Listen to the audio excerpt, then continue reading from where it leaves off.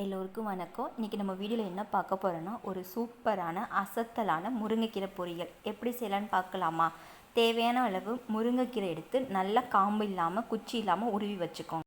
ஸ்டவ்வை ஆன் பண்ணி கடாயை ஹீட் பண்ணிக்கோங்க. தேவையான அளவு எண்ணெய் உங்களோட விருப்பம்தான், எந்த எண்ணெய் வேணாலும் நீங்கள் ஆட் பண்ணிக்கலாம். எண்ணெய் நல்லா ஹீட் ஆகட்டும். இந்த ஸ்டேஜில் உளுந்து கொஞ்சம் கூடுதலாகவே போடுங்க.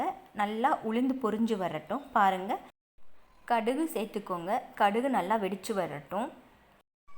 காரத்துக்கு ஏற்றளவு வரமிளகா ஆட் பண்ணிக்கோங்க. இதுதாங்க நம்ம கீரைக்கு தேவையான காரம். ஸோ நீங்கள் இது உங்களோட விருப்பம்தான். சின்ன வெங்காயம் நல்லா ரவுண்டாக கட் பண்ணி போட்டு நல்லா வதக்குங்க. வெங்காயம் அதிகமாகவே போட்டுக்கோங்க. பாருங்கள் எந்த அளவுக்கு வதங்கி வருதுன்னு பார்க்குறீங்களா? எப்படி இருக்குன்னு பார்த்தீங்களா? இந்த ஸ்டேஜில் தேவையான அளவு உப்பு. இந்த உப்பு எதுக்குன்னா, நம்ம வதக்கிற வெங்காயத்துக்கும் கீரைக்கும் சேர்த்தே போட்டு நல்லா வதக்கிடுங்க. ஓகேவா? பாருங்கள் எந்த அளவுக்கு வெங்காயம் வதங்கியிருக்குன்னு பாருங்களே. அவ்வளோதாங்க, வதக்கியாச்சு.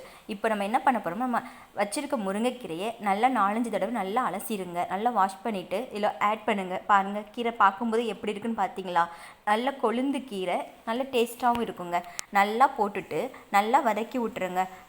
நல்லா வதங்கியதும் அதோட அளவு பார்த்திங்களா, கம்மியாயிடுச்சு. கீரை இப்படி தாங்க இருக்கும். நம்ம போடும்போது அதிகமாக இருக்கும், அது வெந்த பிறகு கம்மியாயிரும்.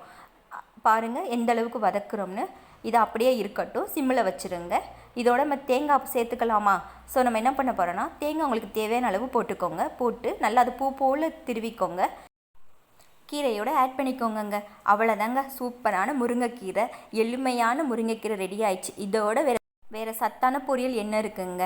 ஸோ நீங்களும் வீட்டில் ட்ரை பண்ணி பாருங்கள், சூப்பராக இருக்கும். இந்த வீடியோ பிடிச்சிருந்தா லைக் பண்ணுங்கள், கமெண்ட் பண்ணுங்கள், சப்ஸ்கிரைப் பண்ணுங்கள். தேங்க்யூ.